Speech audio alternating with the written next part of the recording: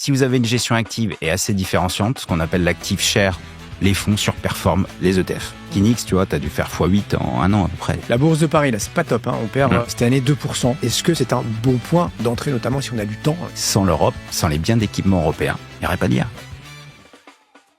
Salut à tous, bienvenue pour Allô la Martingale. Je suis ravi de vous retrouver. On est en direct, a priori tout fonctionne.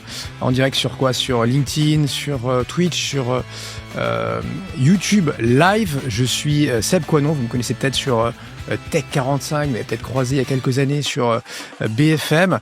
Et donc très content de retrouver cette animation d'Allô la Martingale. Je remercie déjà ceux qui me font confiance, Matt, Stéphanie, Christopher, Thomas, Jayan, Iris, Lou et tous les autres. Donc, je suis donc très content d'être avec vous aujourd'hui en live, en podcast, évidemment pour tous ceux qui vont nous retrouver et celles qui vont nous retrouver dans les prochains jours. Ce qui me passionne, si vous me découvrez aujourd'hui, c'est les marchés, c'est l'investissement, le monde de l'investissement, les questions d'épargne évidemment, l'économie, la macro. Au quotidien. Et donc ce podcast, c'est pour vous. Il n'y aura pas de jargon inutile. On se posera les vraies questions. On tentera de vous apporter les vraies réponses avec de vrais invités. On en a un aujourd'hui avec nous pendant près d'une heure. C'est Julien Kiesreber. Salut Julien. Bonjour. Merci d'être là. On va se tutoyer comme dans la vraie vie. Ça te va? C'est parfait. Tu es donc DG délégué, donc directeur général délégué de Taylor Asset Management, société de gestion d'actifs, fondée dans les années 80, qui fêtera donc ses 40 ans dans un an ou deux, et reconnue pour votre approche sur mesure. Tu nous expliqueras tout à l'heure. Tu me laisses juste une minute pour notamment remercier Amaury qui a lancé Allô la Martingale il y a un peu plus d'un an, donc au printemps 2025. Voilà, on l'embrasse. Je pense que comme moi, il commencerait peut-être par un point marché aujourd'hui. Et Julien, je serais ravi d'avoir tes insights là-dessus, les performances, les contre-performances depuis le 1er janvier, des grands indices de, j'en sais rien, Bitcoin et compagnie. On va s'entretenir ensemble dans un instant, si tu le veux bien, Julien, donc pour Taylor AM sur avec cette grande question qu'on se pose aujourd'hui. L'angle, c'est faut-il revenir sur les marchés européens quand on voit que les grands indices comme le DAX ou le CAC 40 ne font rien, voire sont en légère baisse donc depuis le 1er janvier. On fera un petit focus aussi, tu as dû voir ça passer ces derniers jours.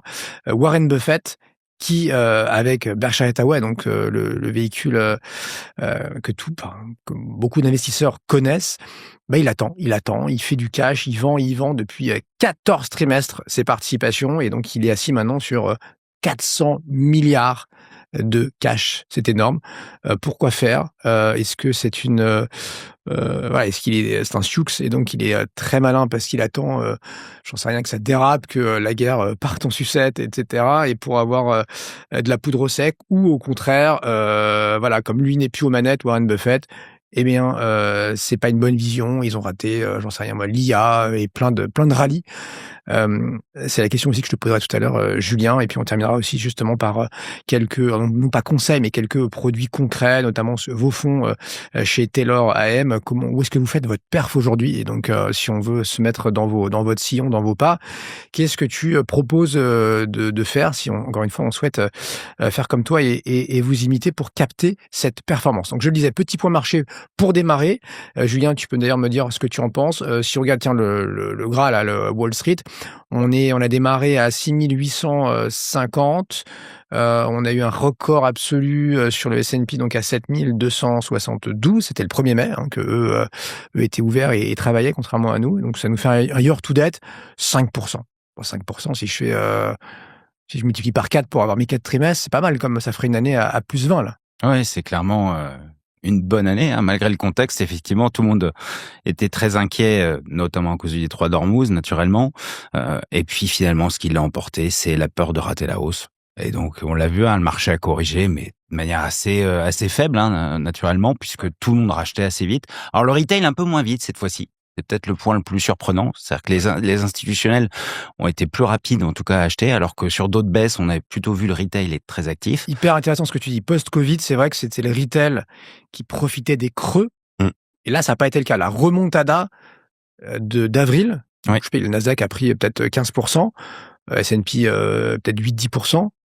Ça a été donc vous, les sociétés de gestion, etc., qui avaient fait le marché, quoi. Ouais, tout à fait. Donc il y a eu cette crainte de rater la hausse, et puis c'est vrai qu'on est tenu en haleine. Hein. Chaque jour, bientôt, Donald Trump nous annonce qu'on va peut-être avoir un deal ou pas. En tout cas, chaque jour il l'annonce. Donc effectivement, le marché se dit, le jour où on va libérer les énergies, c'est le cas de le dire, et que donc le marché va repartir à la hausse. Je veux pas être en dehors.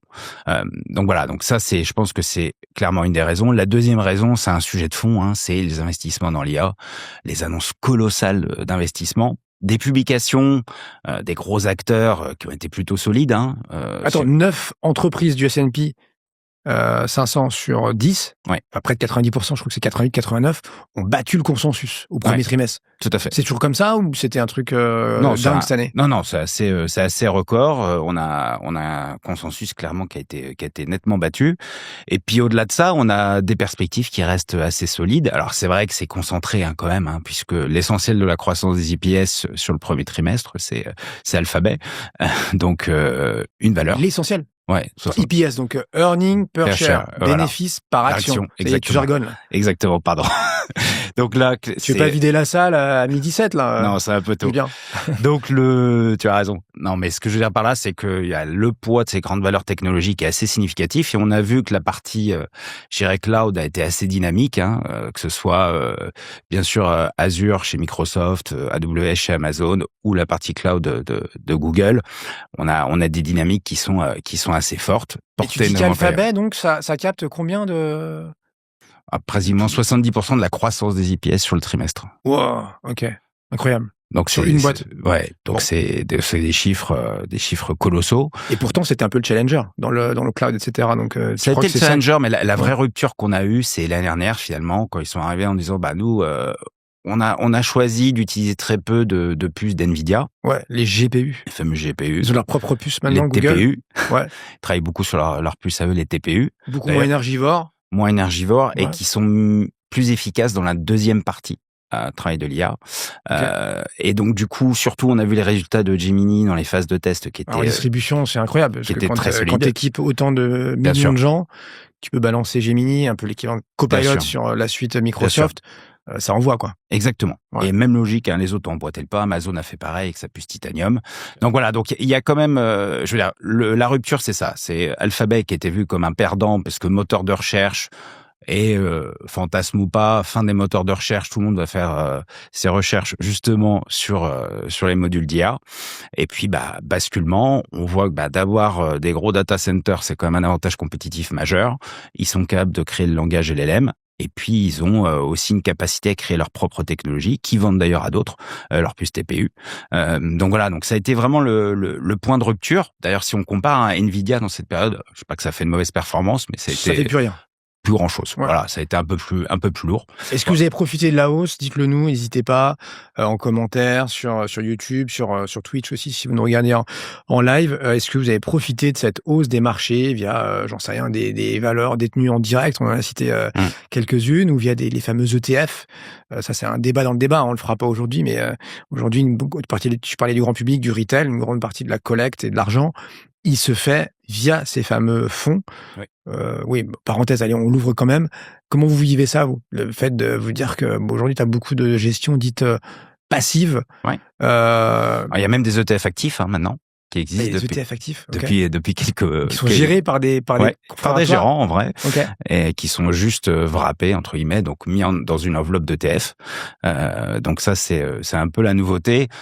Alors j'ai bien aimé, j'ai certains de mes collègues là qui ont sorti une étude sur gestion active, gestion passive. Et c'est vrai qu'on a tendance à dire que la gestion active sous-performe tout le temps la gestion passive. Alors juste deux remarques, hein, effectivement. Il y a déjà la première, c'est effectivement qu'il y a des phénomènes de bulles sur un secteur et qui prend un poids très important dans les indices. Vous voyez de quoi je parle, hein. On a eu les secteurs technologiques au début des années 2000, l'immobilier, les banques en 2007, etc. Forcément, les gestions actives sont plus performantes parce qu'elles ont un poids plus important sur ces segments de marché. Et alors oui, alors pour revenir à ce que disaient mes collègues, c'est intéressant. Ouais, tu fais écho en fait à une lettre, hein, tout le monde n'a pas suivi, Ouais. à une lettre qui a été publiée dans la presse récemment et qui était signée par des grandes maisons donc concurrentes à la tienne. Et dans les plus connus, il y avait notamment Carmignac. Oui, tout à fait. Quand même connu sur la place de Paris. Et en gros, l'angle, c'était de dire, on fait des meilleures perfs. Hein, nous, société de gestion, donc avec des vrais gérants humains qui sélectionnent notamment valeur par valeur les titres. Et bon, derrière, il y avait aussi un côté justement pas cocorico, mais alerte de dire attention, parce que notamment toute cette nouvelle génération qui font sur les ETF, elle achète beaucoup de produits faits par des boîtes américaines, Oui. BlackRock, iShares et compagnie, qui elles-mêmes ont un biais, puisque par définition étant américaines, elles vont aller plutôt sur du Tesla, du Alphabet, Google, que sur du Vinci ou du Orange, quoi. Et si vous avez une gestion active et assez différenciante, ce qu'on appelle l'active share, donc c'est l'écart que vous avez dans vos valeurs et vos poids par rapport à l'indice, quand vous dépassez 70%, les fonds surperforment les ETF. Voilà. Okay. Donc ce qui était critiqué... De combien c'était en annualisé, c'était du 0,7% en moyenne. Ok, bon, un petit point par an. Mais c'est pas énorme, mais sur 10 ans, 15 ans, ça commence à faire. Ouais. Exactement. Ouais. Et c'est une moyenne, encore une fois. Il y en a qui font mieux. Et donc ça, c'était le premier point important. Donc effectivement, les gestions indicielles tiltées, vendues en fonds actifs, qui faisaient de la fausse gestion active, sous-performent, c'est normal. Plus de frais et finalement, ça fait moins bien. Mais en tout cas, quand il y a une gestion de conviction sur le long terme, ça paye. Donc ça, c'était le point important. Deuxième point, effectivement, je dirais que ça, c'est plus une logique d'allocation. Hein. On a vu beaucoup, alors, je sais que les gens sont revenus un peu en arrière, mais on voyait beaucoup de gens dire c'est facile, vous faites du MSCI World. Bon, il y a quand même le sujet du dollar derrière pour des investisseurs européens. Donc tout le monde s'en est rendu compte depuis peu, mais c'est vrai que quand je voyais les messages l'année dernière, allez-y, c'est easy. Alors qu'on voyait que Donald Trump avec une volonté, c'est de faire baisser le dollar. Et je pense que ça, c'est pas fini. Faire attention quand même, puisque quand on achète du MSCI World, on achète du dollar américain avant tout, et donc on s'expose au risque de change. Donc ça, on l'a vu l'an dernier. Hein. Exactement. Ceux qui étaient en action US. Même s'ils avaient des valeurs en hausse ou flat, ils se sont pris 10-15% de baisse à cause de l'euro, qui est passé de, je sais plus, 1,05 à 1,20, quoi. Exactement. Et je pense que ça, ce mouvement, il n'est pas fini. Sur le dollar, il y a quand même un risque. Okay. En tout cas, la politique de Trump, elle est très claire. On veut faire baisser notre monnaie pour être meilleur à l'export. Donc ça, c'est très, très clair. Et donc là-dessus, ils vont, à notre avis, en tout cas, continuer d'aller dans cette direction. Bon, très clair. Les sujets qui fâchent.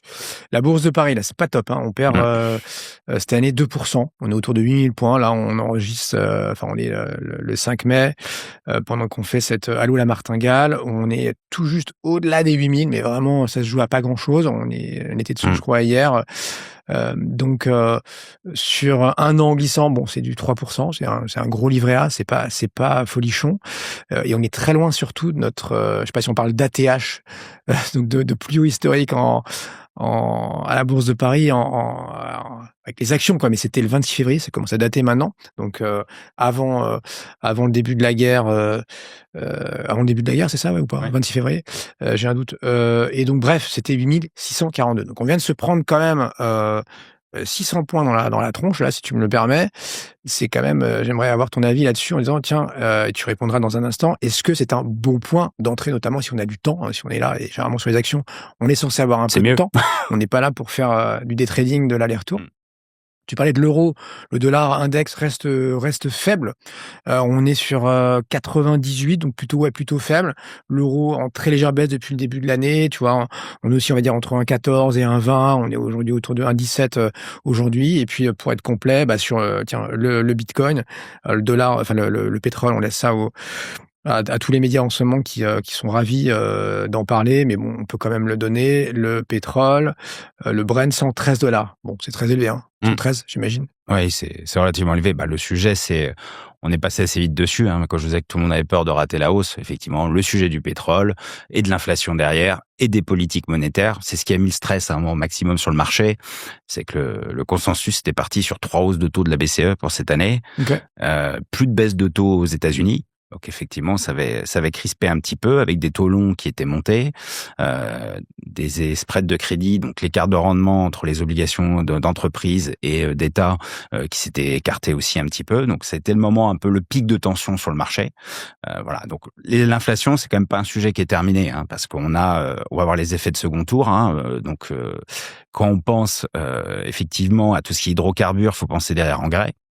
Engrais, ça veut dire l'agroalimentaire, donc inflation alimentaire à prévoir pour la fin de l'année. Il y a des pays où ça pourrait coûter très très cher. Exactement. Genre l'Inde, etc. C'est une catastrophe, quoi. C'est très compliqué. C'est potentiellement très compliqué. Donc il y a un vrai sujet sur ça. Plus des ruptures de chaînes d'approvisionnement qui peuvent poser des problèmes en termes de production. Enfin bon, voilà. Donc le sujet de l'inflation n'est pas derrière nous, ça c'est très clair. Et pourquoi se différencier entre le pétrole américain qui est à 104, 105 et le nôtre qui est à Londres, donc le Brent, qui est plutôt $10 au-dessus. Comment t'expliques ça? Déjà, c'est une question il y a des questions de qualité aussi de pétrole.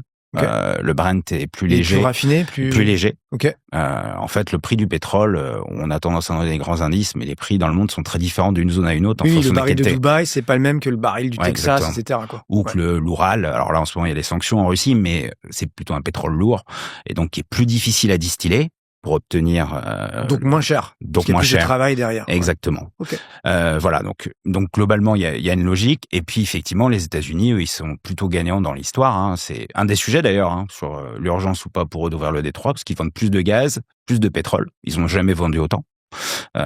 Donc ça c'est plutôt une bonne chose pour eux quelque part. L'Arabie Saoudite, finalement, une situation qui est pas si complexe que ça, puisque avec la hausse des prix, eux ils peuvent vendre pour l'instant parce qu'ils ont un pipeline sur lequel ils ont augmenté la capacité, qui permet d'exporter via la mer Rouge, donc 7 millions de barils jour quand même.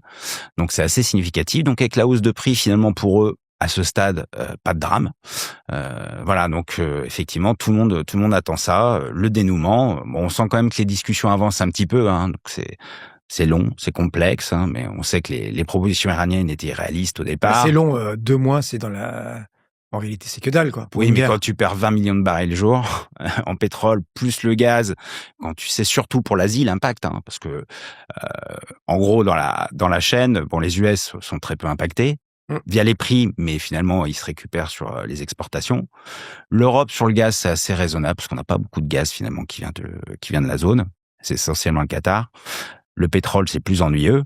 Et alors là, l'Asie, c'est carrément très problématique, hein, pour les Chinois, pour tous ces pays-là, c'est un énorme Japon, sujet. Sud, Exactement, ils ont tous énormément besoin de cette énergie. Et là, on sait que les centrales à charbon tournent à fond, mais c'est très compliqué. Donc il faut pas que ça perdure trop longtemps, puisque s'il y a rupture des chaînes d'approvisionnement, accélération de l'inflation, etc. Et peut-être que la BCE fera encore une erreur, augmenter ses taux, alors que ça ne changera rien sur l'inflation. Et pour l'instant, pas tellement d'erreurs, la BCE aussi. Il avait fait tricher, 2011. 2011. Oui, la prescription, il y a 15 ans. Oui, mais là, il recommence à la moitié de notre audience était à peine née en 2011. C'est pas faux. Je plaisante. Mais aujourd'hui, il recommence les mêmes discours, hein. Attention, on a peur de l'inflation, des effets de second tour. D'où le fait que le marché est parti jusqu'à 3 hausses de taux. Ouais. On connaît tous la croissance européenne. Remonter les taux, je suis pas sûr que ce soit la meilleure idée. Il y a pas de tension sur le marché de l'emploi, comme on a pu avoir post-Covid. Tout ça, ça a aucun sens. Voilà, mais bon, ils avertissent le marché et le marché joue à se faire peur parfois. Voilà. Donc pour revenir à ta question sur le CAC 40, faut-il acheter ou pas? Ah bah attends, spoil pas. Quand tu veux. Ce sera dans un instant. Pour être complet sur ce panorama, donc le Bitcoin, là pour le coup, je pense pas que tu sois dessus. On a eu donc le plus haut, il y a pas très longtemps, il y a 6-7 mois, en octobre 25 à $126 000. Depuis, ça a quand même bien reflué. On est autour de $80 000 aujourd'hui. Ça a bien chuté aussi avec la guerre en Iran. Donc, le côté, les cryptos vous permettent de vous décorréler. Elles sont un petit peu l'or numérique, etc. Tout ce pipeau-là, malheureusement, n'a pas tenu face à la réalité, hein, face au choc de réalité. Et puis, on a eu un plancher quand même, il y a quelques semaines de ça, à 65 000. Donc, mine de rien, ça remonte, hein, sur un mois glissant, ton Bitcoin, il a repris 20%. Les ETF Bitcoin, eux, depuis quelques temps, depuis quelques jours, quelques semaines même, il y a des entrées nettes de capitaux, donc il y a sûrement un signal positif à voir si ça tient, et si on reprend la course vers les 100 000, on suivra ça évidemment. Comptez sur nous dans Allô la martingale. On en vient effectivement à notre entretien. Julien, donc tu as voulu démarrer pleine balle. Première question, donc est-ce qu'il faut revenir sur les marchés européens? C'est notre angle aujourd'hui, sachant que le CAC 40 et le DAX, j'allais dire le DAX 30, mais c'est le DAX 40 aussi depuis quelques temps. C'est vrai. Ils nous ont imités, ils ont mis 40 valeurs, les Allemands, et donc comme quoi on fait parfois les choses bien.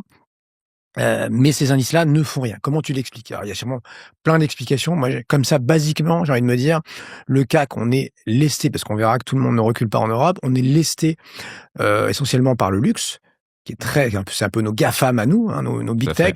Et le DAX, là, c'est peut-être l'industrie, c'est peut-être la guerre en Iran, c'est peut-être la défense aussi, ou SAP.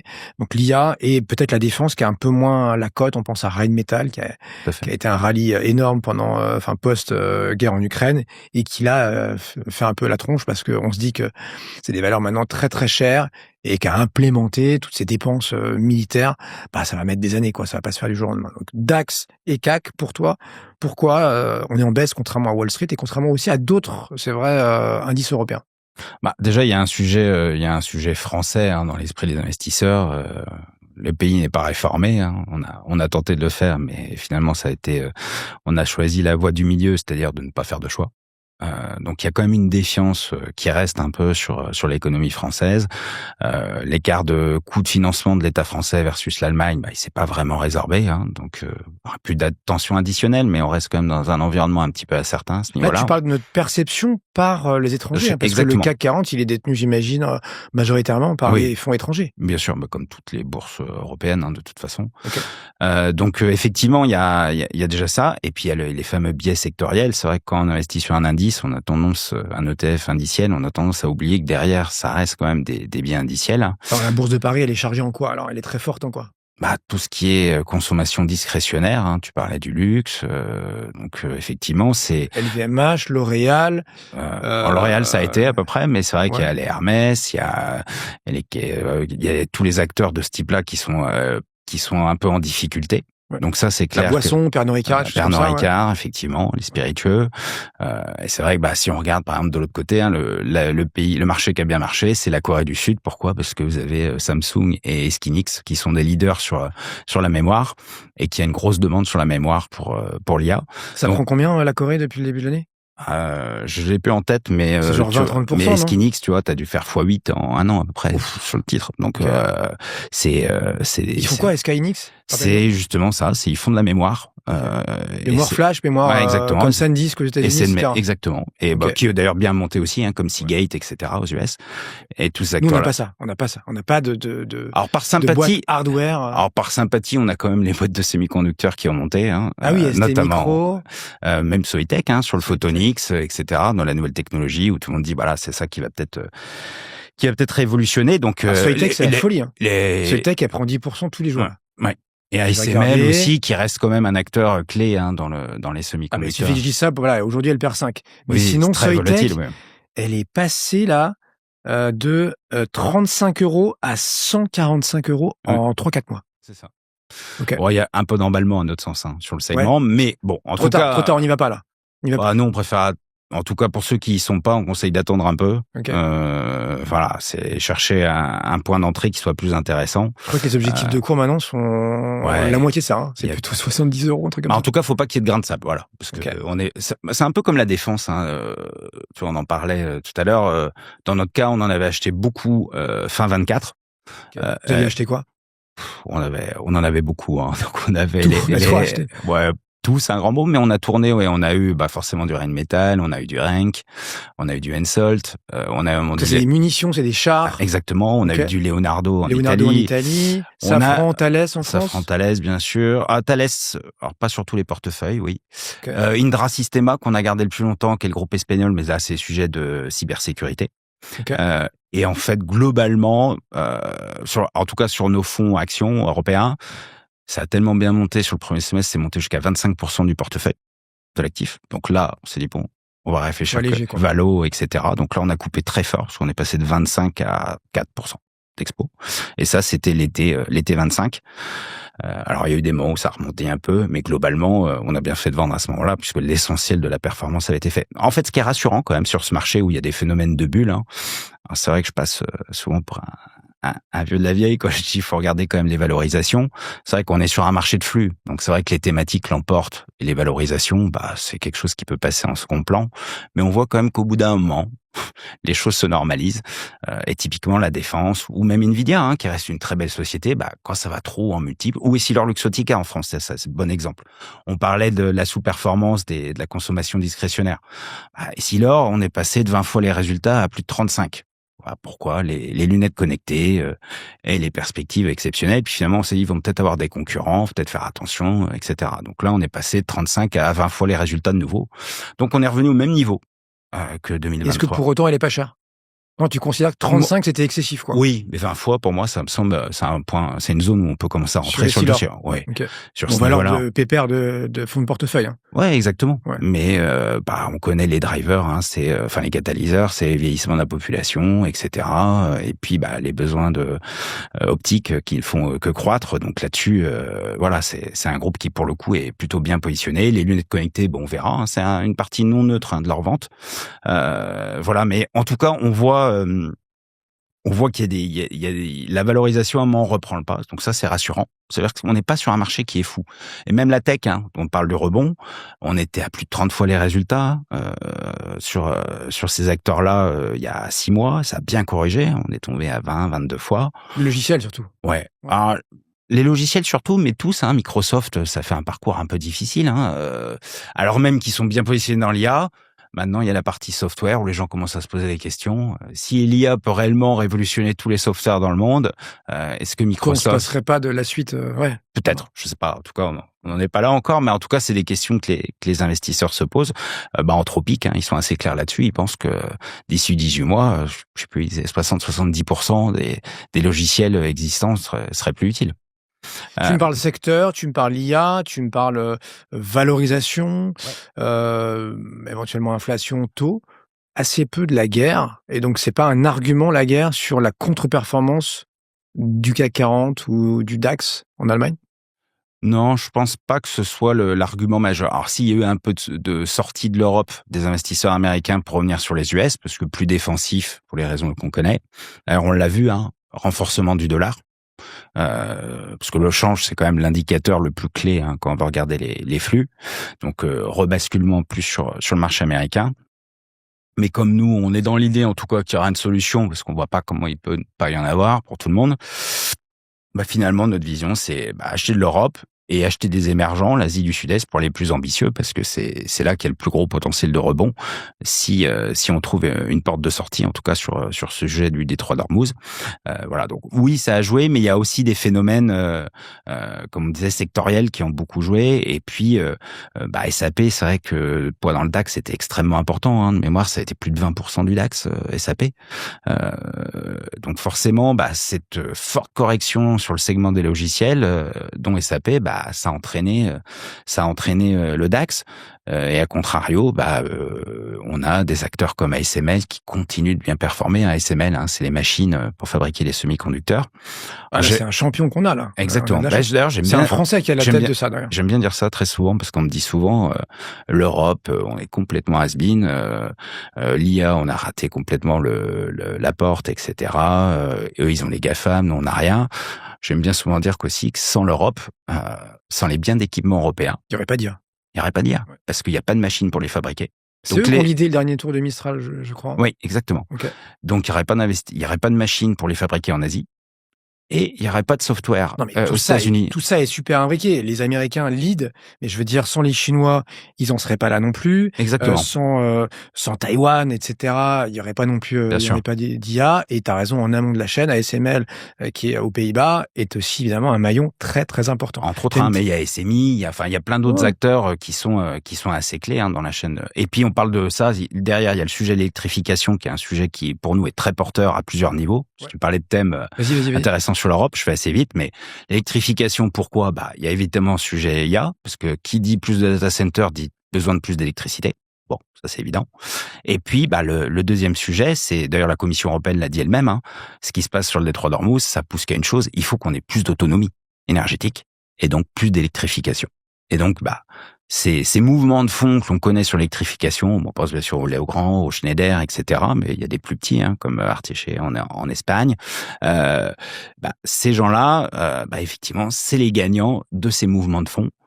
Et voilà, donc ça, c'est des thématiques long terme sur lesquelles on peut continuer d'investir. Benjamin sur LinkedIn qui nous demande gestion active ou gestion passive. Gestion active. Forcément. Avec toi, j'ai été baigné là-dedans. Après, ce que je vais dire pour pondérer un petit peu, c'est que moi, j'ai une approche un petit peu, alors, je suis plus gestion active parce que j'ai été bercé là-dedans et puis, globalement, ça fonctionne. En tout cas, si tu choisis les bons sous-jacents. La gestion passive, moi, je l'utilise plus sur du tactique. C'est-à-dire que quand j'ai envie dans un portefeuille de me réexposer rapidement et de pouvoir ressortir, parce que le gros avantage de l'ETF, c'est que on peut le traiter à n'importe quel moment. Le fonds, c'est un peu plus différent. C'est pas toi qui décides quand tu sors. Il y a un cut-off et tu sors en fin de journée, donc avec l'inconnu. Donc c'est un peu plus complexe. L'ETF, tu peux le traiter à tout moment. Donc c'est vrai que nous, les ETF version passive, on les utilise surtout pour faire des mouvements sur le marché. On peut le faire aussi via des futurs, mais pour s'exposer à quoi? C'est quel type de... ça dépend. Si pas typiquement là, tu vois, dans le creux du marché, nous on a fait beaucoup d'ETF sur le MSCI Europe par exemple, mais voilà, ça aurait pu être l'Eurostoxx, mais donc on s'était investi là-dessus et parce qu'on savait qu'on aurait plus de facilité si on voulait un moment de marché peut-être excessif à la hausse, on sait qu'on pouvait vendre à tout moment. Donc ça nous intéresse, mais plus sur une gestion tactique et pas forcément en fonds de portefeuille, où là, sur le fonds de portefeuille, on préfère être maître, entre guillemets, des thématiques sur lesquelles on va investir.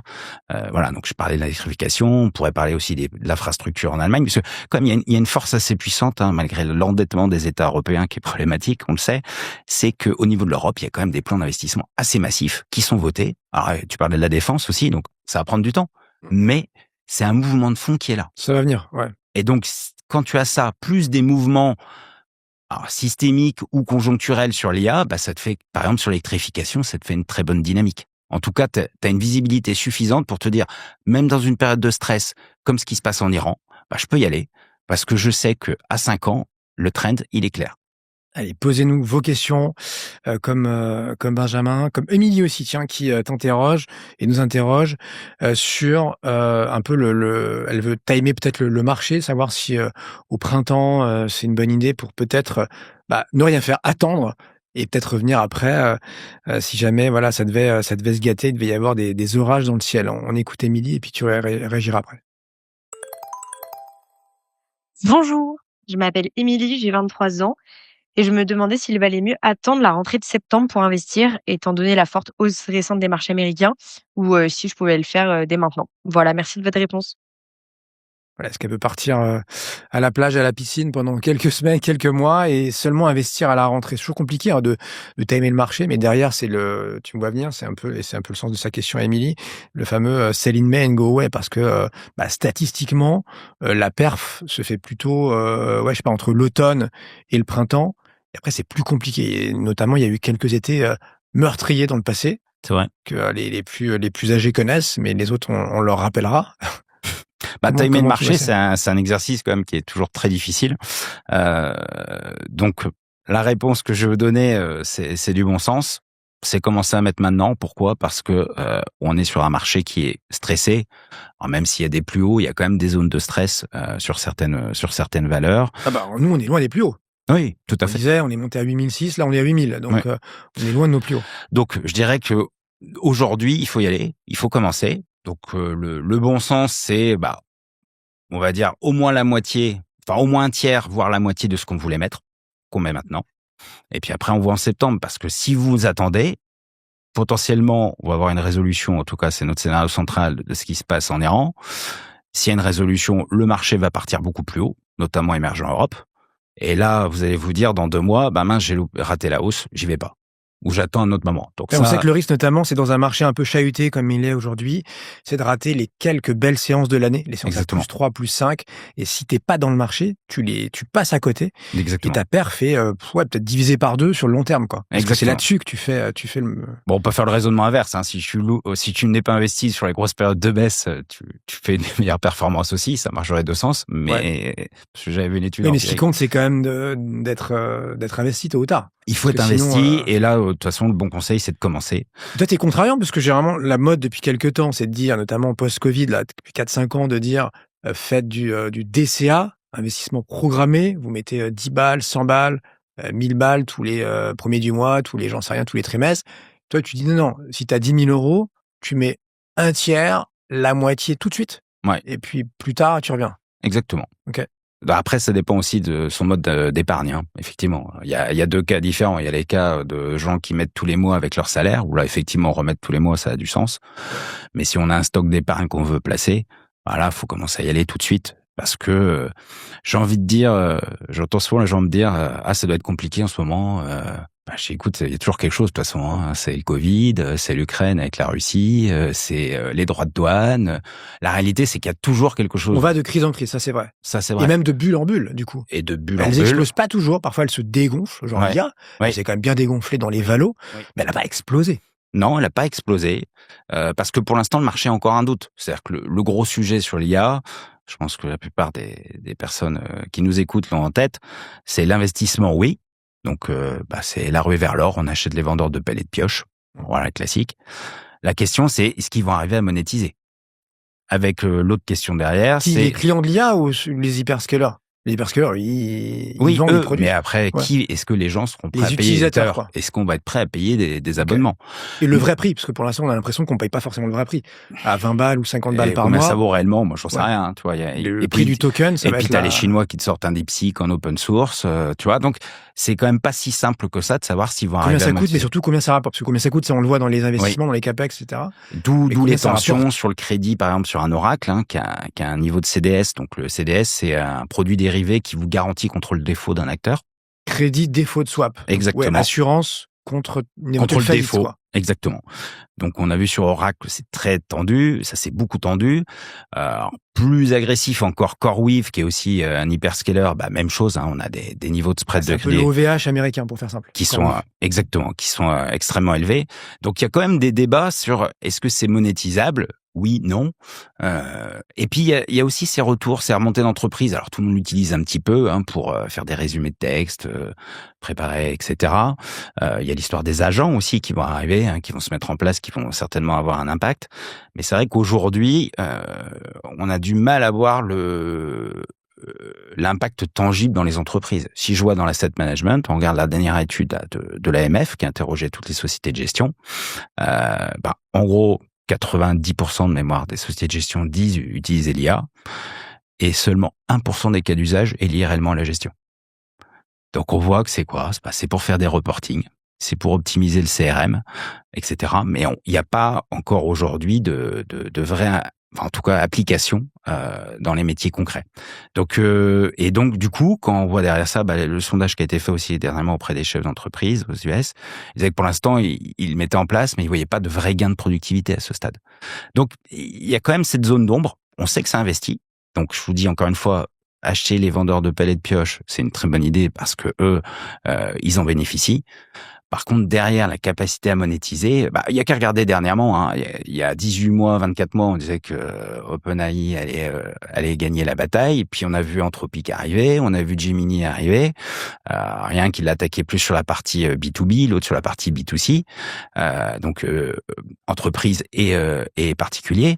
Et finalement, on voit que les cartes se sont rabattues assez vite. Donc il faut là-dessus, je pense que s'il y a les introductions aux bourses de ces acteurs-là, hein, puisqu'on en parle beaucoup, je pense qu'il faut être assez vigilant.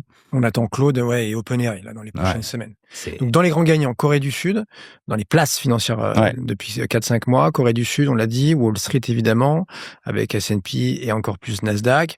Mais en Europe, ça fonctionne bien aussi pour Londres, plus 5% depuis le 1er janvier, Bruxelles, Amsterdam, Milan, Lisbonne, tout ça, c'est des places qui font plus 8, plus 10, plus 13% parfois. Tout à fait. Comment t'expliques ça? Pourquoi ils passent entre les gouttes? Et ils sont pas des champions de l'IA, là, c'est pas... Non, mais il y a deux raisons aussi. Hein. Si on prend l'Europe du Sud, t'as quand même un premier sujet, c'est que finalement, ils sont plus vus comme les canards boiteux de l'Europe en termes de gestion de la dette. Alors sans que ce soit formidable, hein, bien sûr, mais en tout cas, il y a plus ce sujet-là. Et l'Espagne, ça se passe très très bien puisqu'ils se désendettent. Enfin, en tout cas, ils vont se désendetter. Et puis il y a des biais sectoriels aussi. Hein. Beaucoup de financières, beaucoup de banques, beaucoup d'utilities. qui sont plutôt Services aux collectivités. exactement Donc l'eau, le gaz, et surtout l'énergie. l'électricité. L'électricité, ouais. Les éoliennes, tout ça. C'est plutôt des gagnants de ces sujets d'électrification.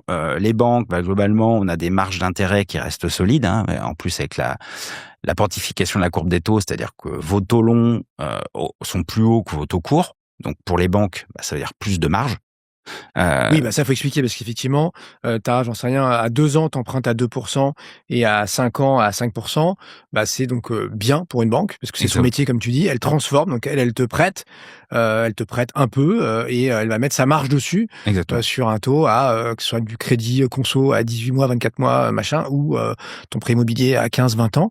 Et donc elle fout sa marge dessus. Donc elle, quelque part, peu importe le taux, alors c'est important pour l'utilisateur ou le client final, hein, qu'il soit une entreprise ou un particulier, mais elle, peu importe. Mais ce qu'il faut pas, c'est l'inversion de la courbe. Exactement. Effectivement, quand on a peur du lendemain, à court terme, parfois les taux courts sont plus élevés que les taux à moyen long terme. Exactement. Ça, c'est contre-intuitif, mais ça arrive. Et c'est le pire scénario pour une banque qui peut plus transformer parce que du coup, elle peut plus foutre sa marge, quoi. Exactement. Et donc là, typiquement, c'est des segments qui marchent bien. Voilà. Et puis, donc je dirais l'Europe du Sud, nous, on reste assez convaincus là-dessus. On reste toujours convaincus sur le secteur bancaire d'Europe du Sud, mais aussi les banques grecques. Alors je sais que ça peut paraître fou de parler des banques grecques aujourd'hui, parce que pour les plus anciens, je pensais pas dire ça il y a 15 ans, mais les banques grecques sont très... C'était des boîtes noires, c'était des trucs pourris, quoi, il y a 10 ans, 15 ans. Ouais, mais aujourd'hui, elles sont très bien gérées. Encore, quoi. Elles sont très bien gérées, il y a des ratios de fonds propres qui sont assez confortables. Elles ont encore ce délit de sale gueule, si je puis me permettre, du passé. Du coup, elles sont pas chères. Du coup, elles sont pas très chères. Il y a de la croissance. Voilà, donc le marché est toujours plein d'opportunités. C'est bien pour ça que je suis plus gestion active que gestion passive.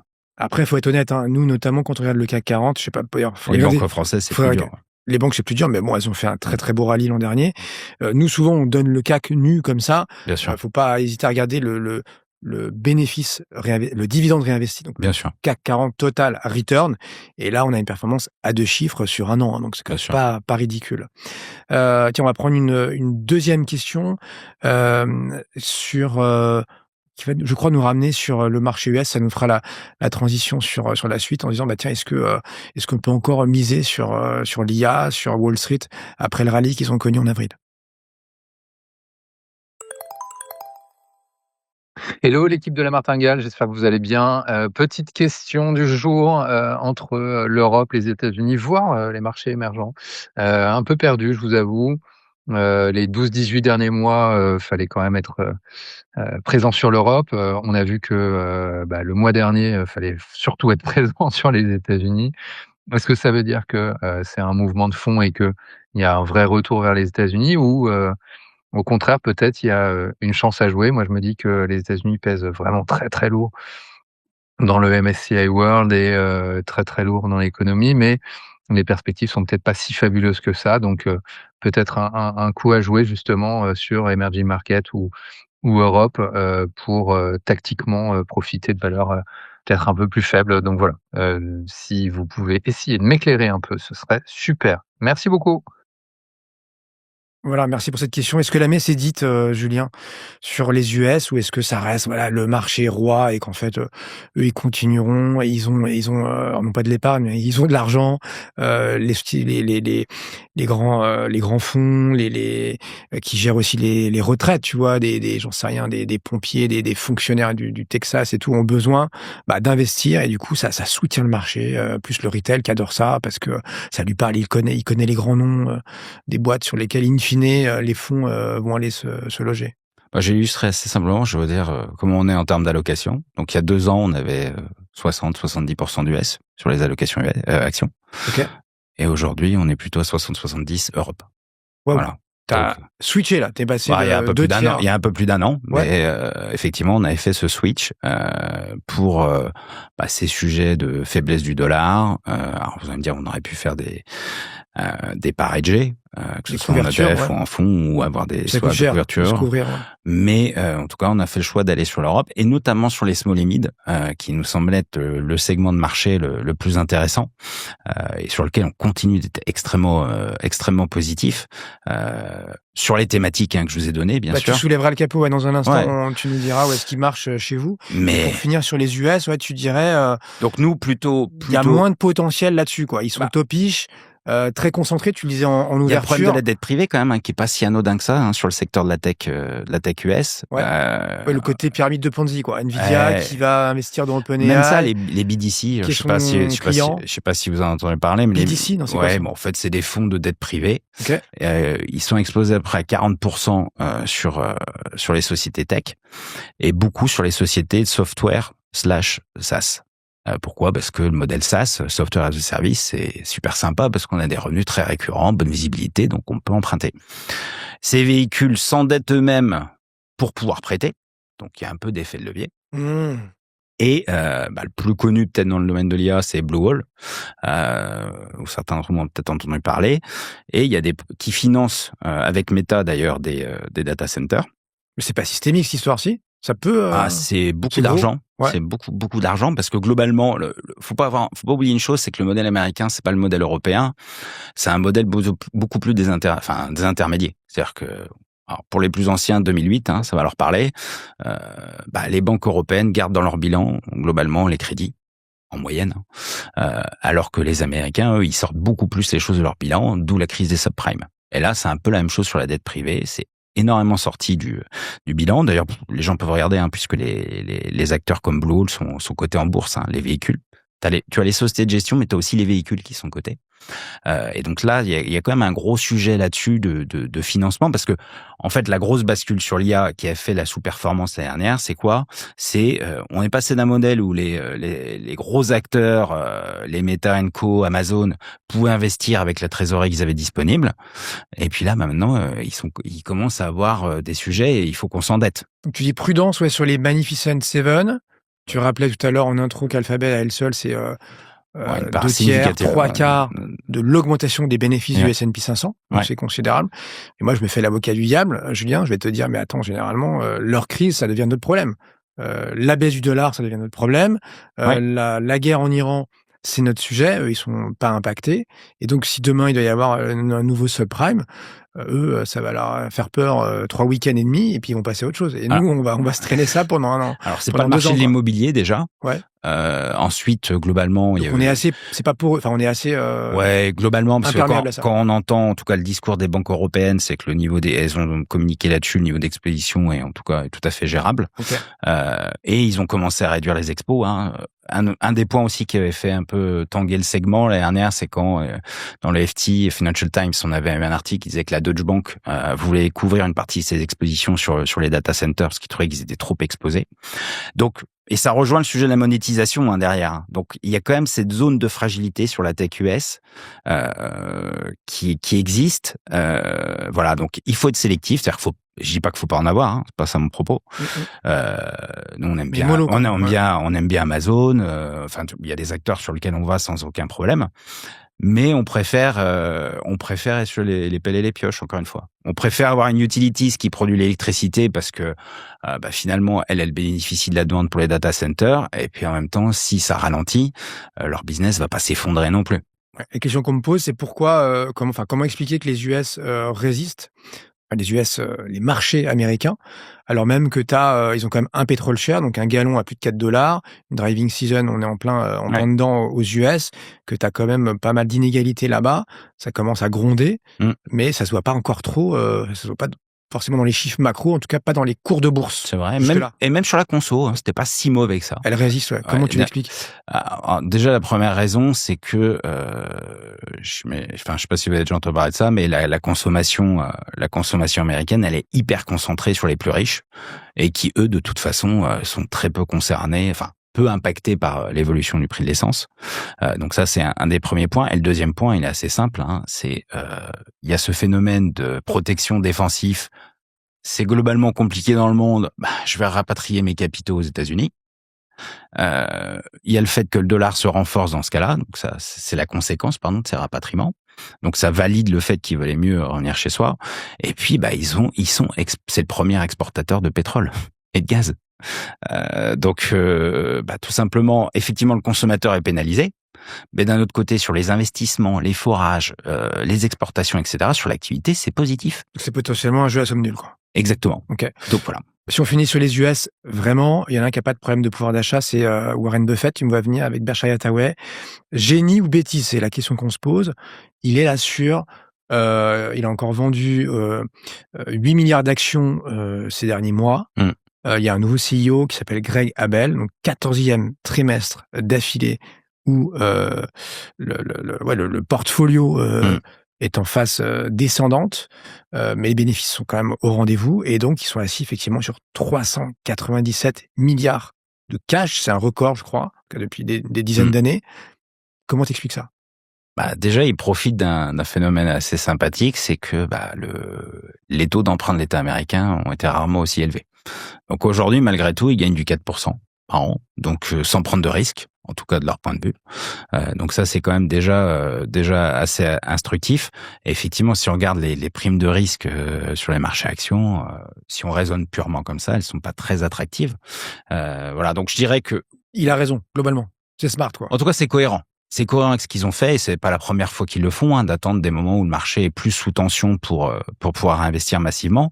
Et puis je pense qu'il y a un autre problème, c'est la taille. C'est-à-dire que le Berkshire d'il y a 15 ou 20 ans, il était plus souple, plus flexible. Aujourd'hui, il est obligé, avec 400 milliards, d'aller chercher des très grosses valeurs. C'est un mastodonte, quoi. Et là, il se retrouve sur les mêmes valeurs que tout le monde, et donc du coup, c'est plus compliqué à manœuvrer. C'est plus le bateau agile des débuts de Warren Buffett, ça c'est sûr. On peut s'exposer à Berkshire Hathaway parce que c'est coté en bourse. Ouais. Alors, vous trompez pas, vous devrez rapidement vous en rendre compte. Il y a deux valeurs. Il y en a une, alors que les Américains offraient. Rappelle-toi, comme nous on met un livret A là dans le berceau, eux ils offraient ça. Alors c'était il y a quelques dizaines d'années maintenant à leurs enfants, leurs petits enfants. L'équivalent de 500, 1000 ou 2000 $. Cette valeur-là, ce segment-là, parce que c'est la A, je crois, elle vaut 700 000 $. Elle a déjà été plus haut d'ailleurs. 700 000 $ pour une action. Oui, non, mais et puis si on regarde l'opérationnel, pour revenir sur Berkshire, moi je trouve ça toujours bien d'avoir en portefeuille, je vais être franc, parce que l'activité assurance, transport, etc., qui bénéficie à plein de l'environnement. Sur le transport, faut bien transporter le pétrole, donc faut bien. Donc là-dessus, ils sont plutôt bien positionnés. L'assurance, ça fonctionne très bien aussi. Voilà. Et puis effectivement, acheter la part B. Alors la part B, c'est moins de 500 $. Vous pouvez. Voilà. On peut effectivement compter sur leur génie, en tout cas, pour utiliser le cash à bon escient au bon moment. Et c'est vrai qu'en ce moment, ça rapporte du 4. C'est pas. Alors je dis pas que c'est l'achat du siècle, c'est pas ce que je dis, mais en fond de portefeuille, voilà, effectivement, je trouve que ça fait sens. Donc voilà, donc les États-Unis, pour conclure, attention un peu à la tech quand même. Et puis, même si les valos se sont normalisés, et puis globalement, oui, les sujets de dette privée, je suis pas sûr que ce soit complètement terminé. Il y a beaucoup d'effets de levier, etc. Et puis, il y a le sujet. On parle toujours, quand on parle de marché, c'est les banquiers centraux. Changement à la tête de la Fed. Alors certes, l'ancien président Jerome Powell reste votant, mais on sent qu'il y a quand même un discours qui change. Il considère, à mon sens à juste titre, que les politiques de quantitative easing ont un gros défaut, c'est qu'elles creusent les inégalités sociales, puisqu'il y a des détenteurs d'actifs qui gagnent beaucoup et les autres le voient pas forcément dans leur capacité à vivre. Et donc, il y a question il dit qu'en tout cas qu'il ne doit plus augmenter le bilan de la Fed et seulement baisser les taux maintenant. Donc là, ce serait comme changement. Rappelle-nous son nom qui arrive, Kevin Walsh. Et donc il remplace Jerome Powell. Jay Powell, qui avait lui-même été nommé par Trump. Ouais. Donc, comme quoi, ça veut pas forcément dire grand-chose. Ouais. Il restera sûrement indépendant. En tout cas, on se le souhaite à tous. On se prend les 5-6 minutes pour terminer, pour parler de Taylor AM, évidemment. Gestion sur mesure depuis 1988. Comment tu fais le pitch là de ta boîte de gestion, en quelques mots? En tout cas, c'est de la gestion active. Ça, c'est le point important, qui est présente sur différentes classes d'actifs, mais je ne vais pas vous parler que de la société. L'idée, c'est de vous parler des stratégies et des idées que ça peut vous donner. Donc, sur les actions, sur les obliges.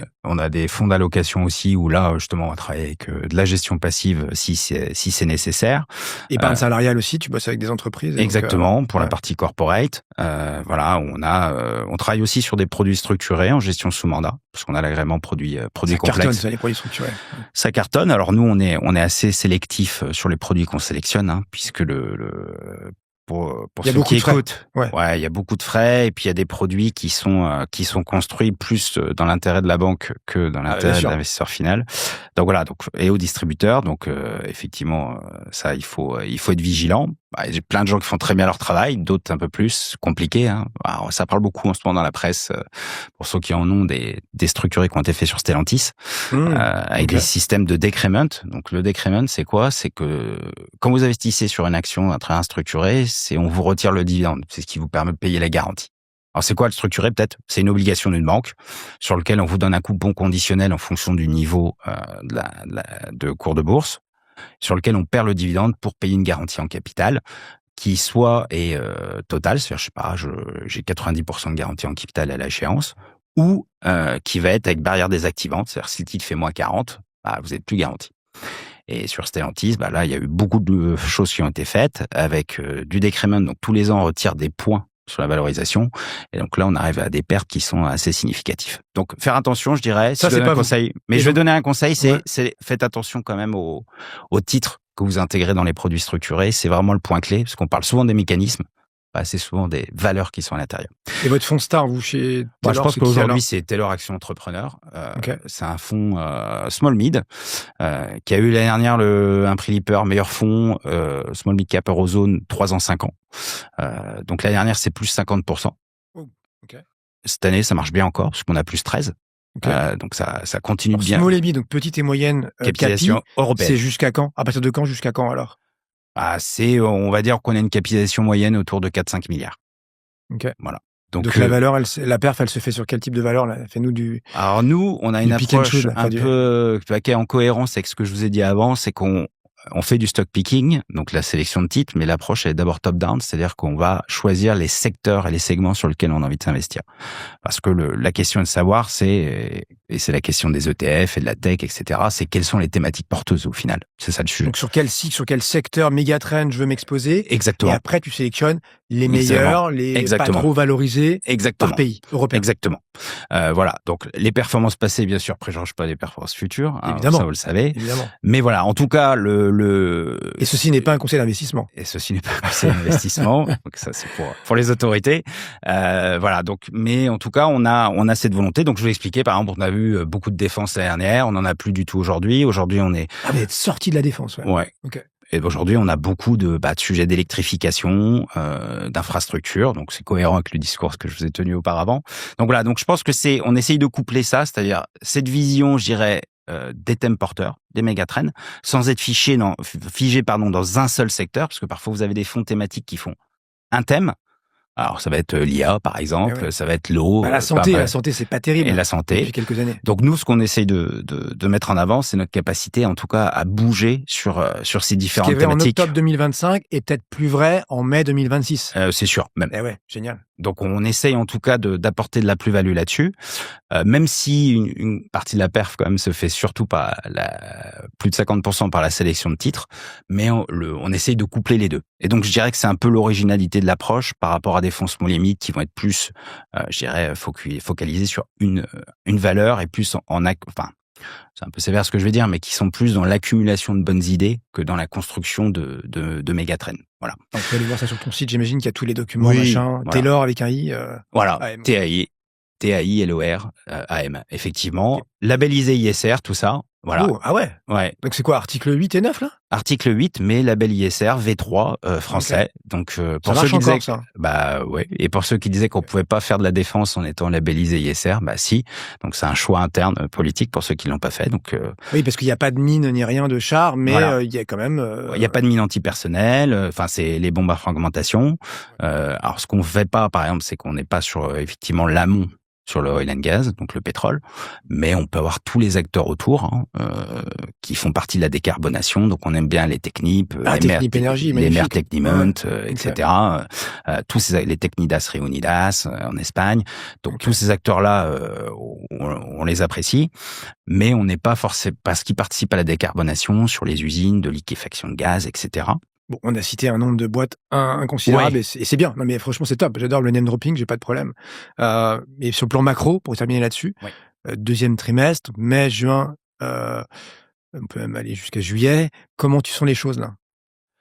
Nous, encore une fois, on le sent plutôt positif. Donc plutôt offensif. Alors, on prend des paris, on prend des risques. On continue d'investir. On a un peu désensibilisé il y a une dizaine de jours les portefeuilles sur les actions parce qu'on était monté assez haut dans le creux.